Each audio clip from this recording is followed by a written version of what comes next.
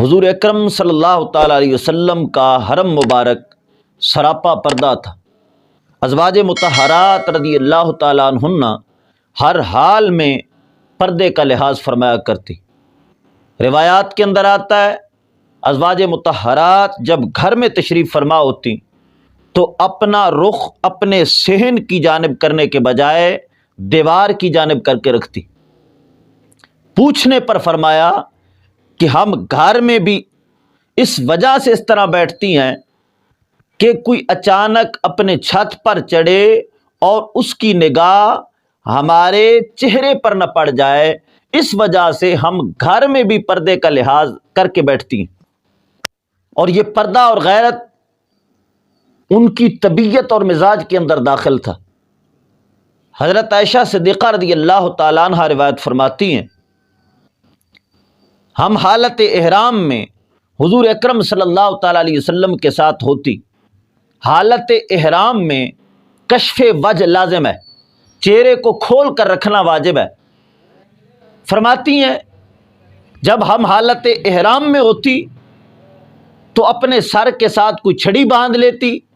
جب کسی کے سامنے آنے کا ڈر ہوتا تو ہم اس چھڑی کے ذریعے پردے کو آگے سرکا لیتی تاکہ چہرے پر کپڑا بھی نہ آئے، وہ واجب بھی پورا ہو جائے اور یہ غیرت والا تقاضا بھی پورا ہو جائے، پردے والا تقاضا بھی پورا ہو جائے۔ اور جب کسی کے سامنے سے آنے کا ڈر نہ ہوتا تو ہم پردے کو تھوڑا پیچھے سرکا لیتی۔ اس طرح حالت احرام میں بھی ہم پردے کا لحاظ فرمایا کرتی۔ ام سلمہ رضی اللہ تعالیٰ عنہ نے حضور اکرم صلی اللہ تعالیٰ علیہ وسلم سے پوچھا یا رسول اللہ صلی اللہ تعالیٰ علیہ وسلم جب بامر مجبوری ہمیں گھر سے باہر نکلنا پڑے تو ہم اپنا کپڑا اپنا برقع ٹخنوں سے کتنا نیچے رکھیں تاکہ ہمارے قدموں کے نشان بھی کسی کو نظر نہ آئیں؟ حضور اکرم صلی اللہ تعالیٰ علیہ وسلم نے فرمایا ایک بالشت ٹخنوں سے نیچے رکھ لو۔ انہوں نے عرض کی یا رسول اللہ صلی اللہ تعالیٰ علیہ وسلم اس طرح تو پھر چلنے میں پاؤں کے تلوے نظر آئیں گے۔ حضور اکرم صلی اللہ تعالیٰ علیہ وسلم نے فرمایا اگر اس سے پردہ پورا نہیں ہوتا تو تم 2 بالش ٹخنوں سے نیچے برقع رکھ لو۔ یعنی کیا مطلب؟ وہ پردے کا خود تقاضا فرما رہی ہیں۔ اور حضرت فاطمہ الزہرا رضی اللہ تعالی عنہا ان کے پردے کی مثال تو کائنات میں ملنا مشکل ہے۔ علماء بیان فرماتے ہیں کہ حضرت فاطمہ الزہرا رضی اللہ تعالی عنہا جب گھر سے باہر کہیں بامر مجبوری نکلنا ہوتا تو حضرت حسن پاک اور حضرت علی کرم اللہ تعالی وجہ الکریم ان دونوں کو ساتھ لیتی اور ایک کو آگے رکھتی ایک کو پیچھے۔ ایک کو آگے اس وجہ سے رکھتی کہ تاکہ وہ قدم رکھے اور اس کے قدموں کے نشان پر میں قدم رکھوں تاکہ غیر کے قدم کے نشان پر میرا قدم نہ آ جائے، اور پیچھے ایک محرم کو اس وجہ سے رکھتی تاکہ وہ میرے قدموں کے نشانات پر اپنے قدم رکھتا آئے تاکہ میرے قدم کے نشان بھی مٹ جائیں اور میرے قدموں کے نشان پر غیر کی نگاہ نہ پڑے۔ روایات کے اندر آتا ہے حضرت فاطمہ الزہرا رضی اللہ تعالی عنہ حضور اکرم صلی اللہ تعالی علیہ وسلم کے اس دنیا سے رخصت ہو جانے کے بعد ہر وقت آپ غمگین رہتی اور حضور اکرم صلی اللہ تعالی علیہ وسلم کے فراق میں روتی رہتی، غمگین رہتی۔ ایک دن معمول سے ہٹ کر آپ نے زیادہ رونا شروع کیا۔ حضرت اسماء بنت امیس نے پوچھا اے فاطمہ آپ اس طرح زار و قطار کیوں رو رہی ہیں؟ حضرت فاطمہ الزہرا رضی اللہ تعالی عنہا نے فرمایا میں نے عورتوں کے جنازے دیکھے ہیں، جب عورتوں کا جنازہ نکلتا ہے تو جنازے میں ان کے جسم کا غبار نظر آ رہا ہوتا ہے، میں اس وجہ سے رو رہی ہوں کہ زندگی میں تو میں نے پردے کا لحاظ رکھا، اب اس دنیا سے رخصت ہو جانے کے بعد کہیں میرا بھی جنازہ اس طرح نہ نکالا جائے اور میرے پیکر پر کسی کی نگاہ پڑ جائے۔ حضرت اسماء بنت امیس نے عرض کی آپ غمگین مت ہوئیے، میں نے کچھ علاقوں میں دیکھا ہے کہ جب عورتوں کا جنازہ نکلتا ہے تو عورتوں کے جنازے کے اوپر اس طرح چھڑی باندھ دیتے ہیں اور کپڑا ڈال دیتے ہیں، ڈولی سی بنا دیتے ہیں، عورت کا پیکر نظر نہیں آتا، تو اس طرح کے انتظام بھی ہو سکتے ہیں۔ حضرت فاطمہ الزہرا رضی اللہ تعالی عنہا نے حضرت اسماء بنت امیس کو وصیت فرمائی کہ تو نے میری تجہیز و تکفین کرنی ہے اور اس طرح میرے میت کے پیکر کو بھی چھپا کے رکھنا ہے۔ زندگی میں آپ نے اس طرح پردے کا اہتمام فرمایا۔ امام احمد رضا فاضل بریلوی رضی اللہ تعالیٰ عنہ فرماتے ہیں جن کے آنچل کو نہ دیکھا مہو مہر نے اس ردائے نزاہت پہ لاکھوں سلام۔ آپ فرماتے ہیں کہ حضرت فاطمہ الزہرا رضی اللہ تعالی عنہا اس طرح پردے کی پیکر تھی۔ حضرت فاطمہ الزہرا رضی اللہ تعالی عنہا تو کجا آپ کے دوپٹے مبارک کے کنارے کو سورج اور چاند نے نہیں دیکھا۔ فرماتے ہیں اس ردائے نزاہت پہ لاکھوں سلام، اس پردہ دار چادر پر امام احمد رضا کی جانب سے لاکھوں سلام ہو۔ اس طرح حضرت فاطمہ الزہرا رضی اللہ تعالی عنہا پردے کا لحاظ فرماتی، اور جب دنیا میں آپ نے اس طرح پردے کا اہتمام فرمایا، روایات کے اندر آتا ہے جب حضرت فاطمہ الزہرا رضی اللہ تعالی عنہا کا جنت میں گزر ہوگا، اس وقت ایک منادی ندا بلند کرے گا، غدوا ابصارکم ونکسوا رؤوسکم، اے اہل معاشر تم اپنی آنکھوں کو بند کر لو اور اپنے سروں کو جھکا لو، آنکھوں کو بند کر لو تاکہ فاطمہ الزہرا رضی اللہ تعالی عنہا پر نگاہ نہ پڑے، اور سروں کو جھکا لو تاکہ دیکھنے کا احتمال تک ختم ہو جائے۔ اس طرح پردے کا اہتمام فرمانے کے بعد 70,000 حوروں کے جرمٹ میں حضرت فاطمہ الزہرا رضی اللہ تعالی عنہا کو جنت میں داخل فرمایا جائے گا۔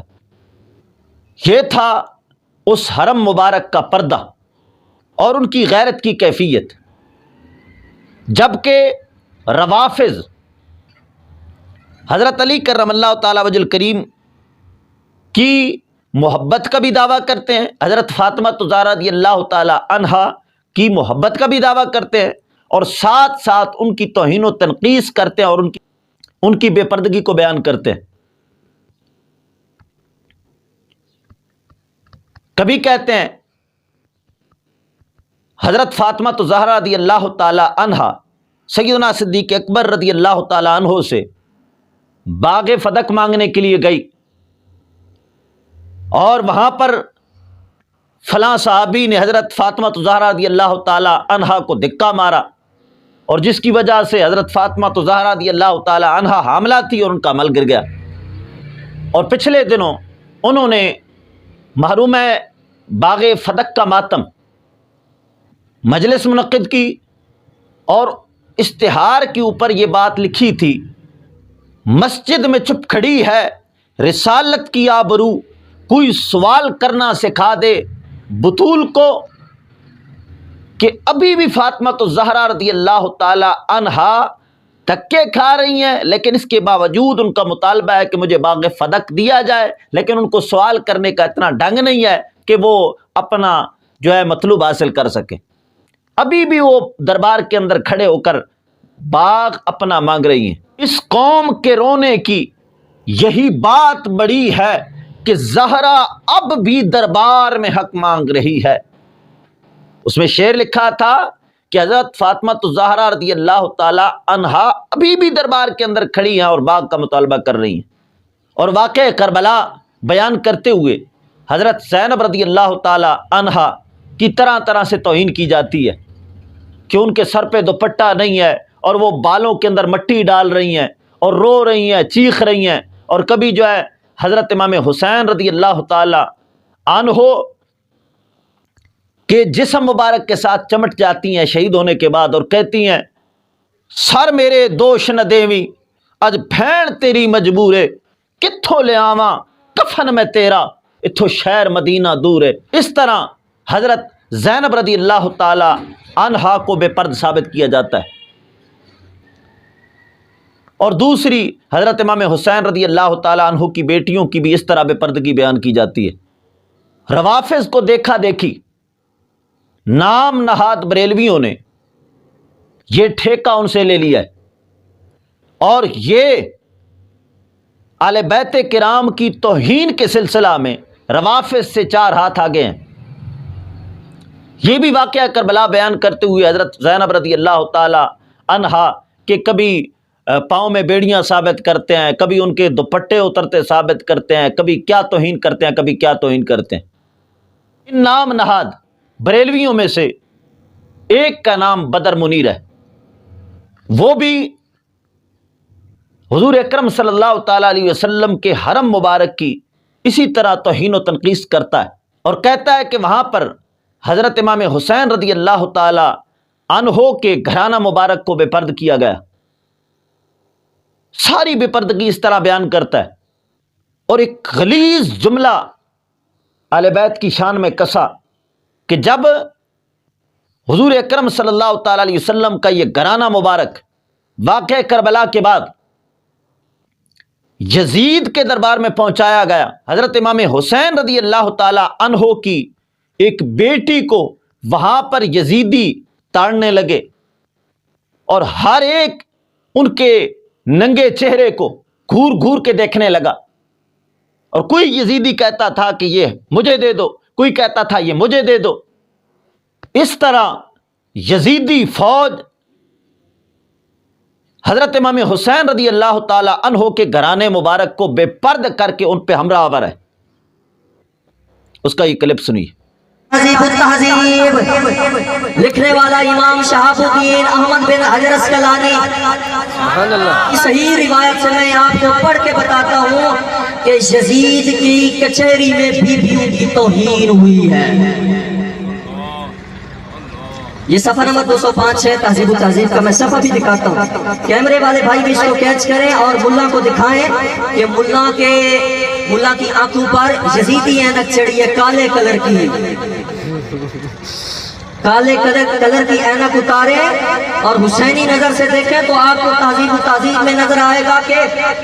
حسین کی بیٹیوں کے ساتھ ظلم ہوا۔ جب امام حسین کے وہ بچے ہوئے افراد اور خواتین یزید کے دربار میں آئے، ثم دخلوا علیہ فہنوہ بالفتح، سب سے پہلے جب خواتین کربلا اور امام حسین کا سر اور شہداء کے سر یزید کے دربار میں آئے، سب سے پہلے شام والے یزیدیوں نے اٹھ کے یزید کو فتح کی مبارک دی۔ فتح کی مبارک دینے کے بعد